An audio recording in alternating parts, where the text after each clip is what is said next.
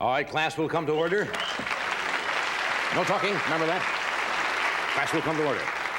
We're talking about spelling. Here's a gentleman who has devoted a lot of his life to the art of teaching people how to spell.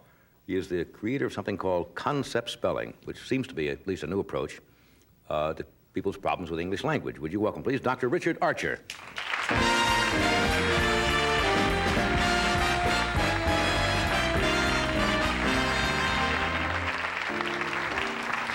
How are you, Doctor? Oh, I'm fine, thank you. D-O-C-T-O-R. Doctor, right?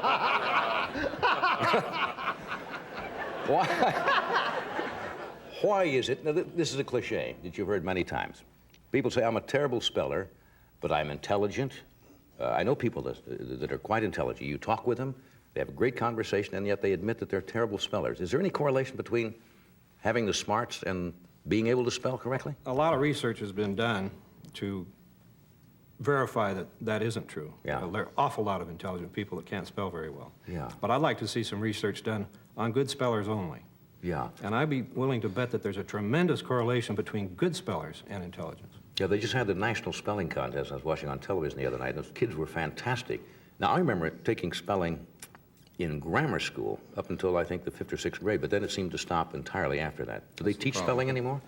I think that's the problem. I think that this educated society of ours is almost illiterate when it comes to writing, and I think spelling's the root of that problem.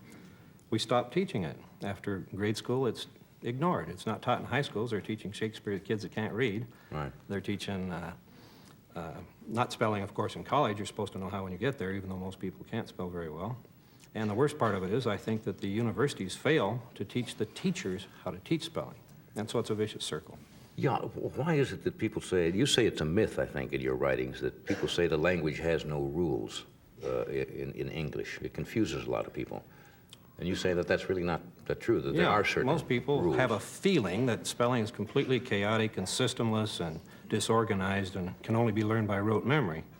And I can't blame them for thinking that because that's how they've been taught spelling, to memorize, memorize, memorize. That's the way I was taught. You'd actually sit down and say that's B-E-L-I before E except after C and learn all of those things. But good spellers, I've studied good spellers for most of my life, and both of them tell me the same thing, that,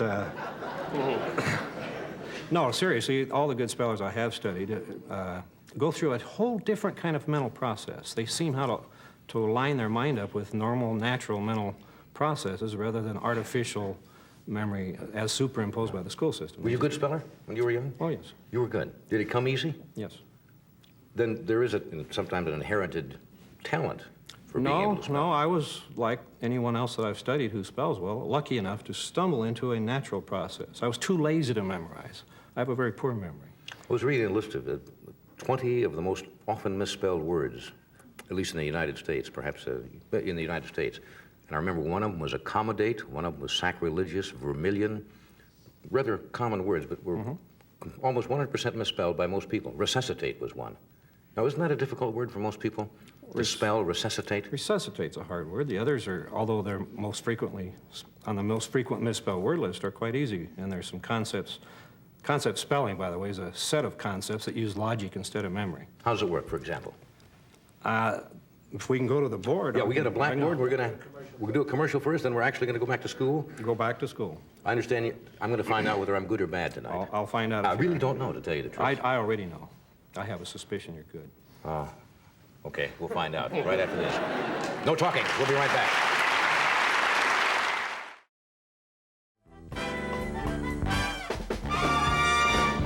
Are you ready, Doctor? Go to class. All right. Over here. Now, first of all, concept spelling is designed to use concepts that move through a logical process, so there's not a lot of memory involved. And the first thing I want you to do is write a couple of words down over here. We'll take a little spelling test. Any kind of word? I've even got you A chalk holder. a chalk holder, so you won't get over. What do you want me to write? I want you to write down callus. I have a callus on my hand. I don't.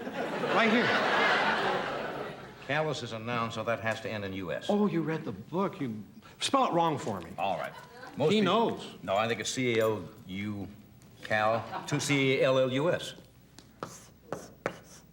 Cal. Rush. Do you think he's right or wrong? Very interesting. We're going to stop right here. The audience... Callus, C-A-L. It looks right. Let's take another word. We'll see if you're Okay. right on the next one. Chihuahua. D-O-G. Oh, what do you think?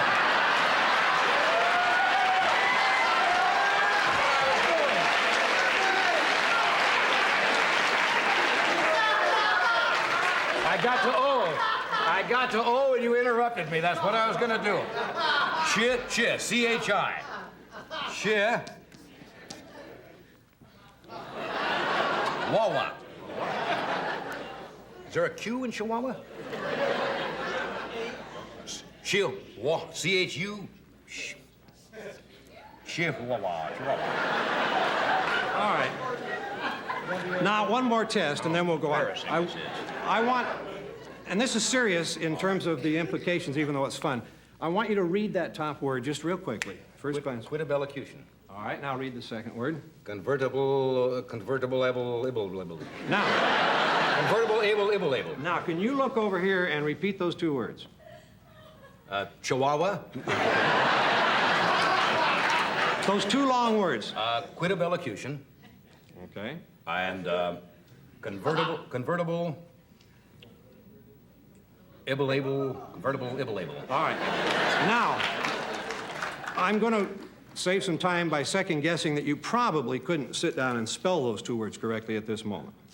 So I want to show you a couple of concepts that help reveal how spelling works, puts the logic into it, Okay. and a whole new meaning will come out of this and the rest of... These are model words for how our language fits together. Right. First of all, I want to prove that spelling is logical, so there's a little concept here called S&S, which Right. accounts for how thousands of words end, such as circus and cactus and dangerous and stupendous. Okay. Now, the logic is quite simple. The logic is that US is the noun ending in English, and therefore circus and cactus will end in US. Adjectives will end in O-U-S. Adjective, O-U-S, and that's the simple logic. What happened with Callus here? Now, he got it right. I told you he'd be a good speller. This is right. A man cannot master comedy the way you deliver it without knowing words well. This is correct.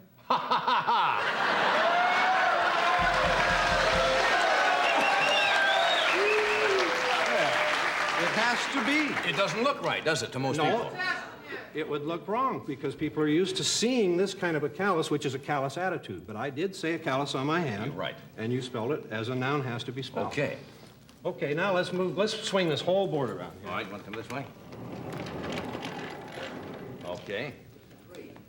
Now, Got 3 minutes, okay. real quickly, the most important thing to understand about spelling is why it works the way it does. And to do that, we have to get to understand what would happen if people spelled words the way they speak them, which is what people do when they misspell.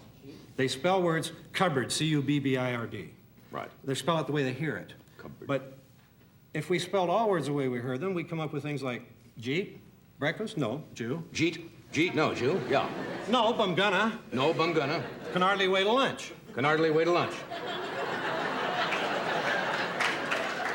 Jeet, no, Jew. There are 17 major organizations in the country trying to convert to this kind of spelling. Yeah. And I want to establish immediately that can't happen because not everybody says Jeep breakfast. Yeah. Some say Jew eat breakfast. Some Yeah. say Joel eat breakfast. Y'all eat, yeah. So we're going to have 21 ways to spell did you eat. Right. By the way, no one ever says did you eat. And yet Right. we write the one thing we never say. Right. So the concept is that speaking is not the same as writing. We can't spell the way we write. So what do? We have to do something logical. We have to learn a technique to saw words up and subarticulate the words, or if you want to put it more simply, to say words as written. Now, I am willing to guess that you probably do with this word what I call subarticulating words. You probably say in your silent mind, Wednesday. in your silent mind as you write it, don't you perhaps say wed? As you write it, yes, W-E-D. You say that in your yes, mind yeah. because you can't make sense out of Wednesday, but you can certainly make sense out of Wednesday. Right. And I want to establish that as our only learning technique for now, to say, looking Wed. right at the word wed, Nest. ness, In other words, you day. break it down into... Let's all say so- it as it is written. Wednesday. This was originally Wednesday. It was that. A cupboard really was a cup board. If we started spelling it like a cub and a bird, it would be a cross between a bear and a... So you break the two words down. Sure, what it really is, the board for cups. There are a lot of those... I All should check, words yeah. have a tendency to be spelled for a specific reason. We can take this difficult word, and maybe everyone in the audience Yeah, could now join with us. explain that to me. And we could all just say cheer. Cheer. Just say it, everybody. Cheer. Hooah. Hooah. One more time, looking straight at the word, say cheer. Cheer. Hooah. Hooah. Hooah. Now, if you look away, What kind of a dog you got? I got a cheer. Hooah, hooah. That's what you're saying. You have to learn. the mind Cheer, learns hooah, to hooah. speak at the age of 2. At the age of 2, it learns to speak by sawing noises up and Right. putting them back together in full speed. Cheer, hooah, hooah, said quickly becomes chihuahua. Now, if you had the word I mentioned before that people misspell, resuscitate. Sure. That is a difficult word. Here's a new concept right here. Shortest possible way. And people don't realize that words are built of parts, and every part has a tendency to be spelled the shortest possible All way. right, so you say re. The shortest way to spell re, All right, sus. sus. Now the hard part comes in. People don't know the next sound. The next sound is You. si. Resusci. C-I-T. Te. And there's little portions here like shun that become automatic Yeah, in words. resuscitate. Resuscitate. Shun. So you break them down into Into the individual components. things. That's All right, how does Chihuahua spelled? cheer. H-U-A, H-U-A. You don't even need the letters. We'll be right back.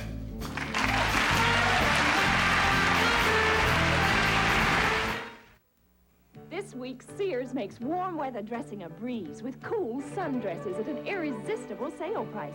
This summer essential is now only $3.99. Easy wear and easy care. And you save $3. Pick a whole wardrobe of great summer looks. They're all just $3.99 each. And look at the selection. Lots of prints and colors to choose from. This sale ends Saturday, so hurry to the budget shop. For cool summer savings, you can count on Sears. This roast is loaded with meat protein. What would it take to match it? This bag of Alpo beef flavored dinner has what it takes. It's got so much meat protein, there's no need to add meat.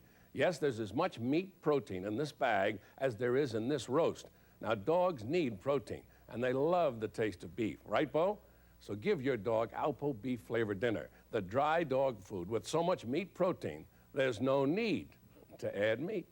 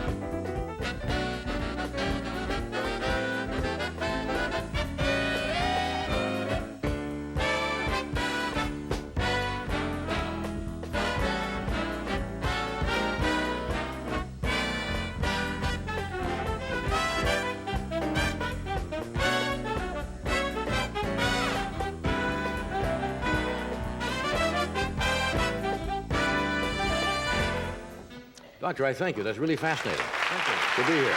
It's a new concept. This is really a teaching concept to start to teach the teachers first and then get this into the schools. the beginning of the teaching strategy. Thanks for being here tonight. Buddy will be at Atlantic City in next July, month. late July. In July, late July. Tomorrow night, Madeline Kahn and Pete Barbuti will be here. Thank you. Have a nice evening. Good night.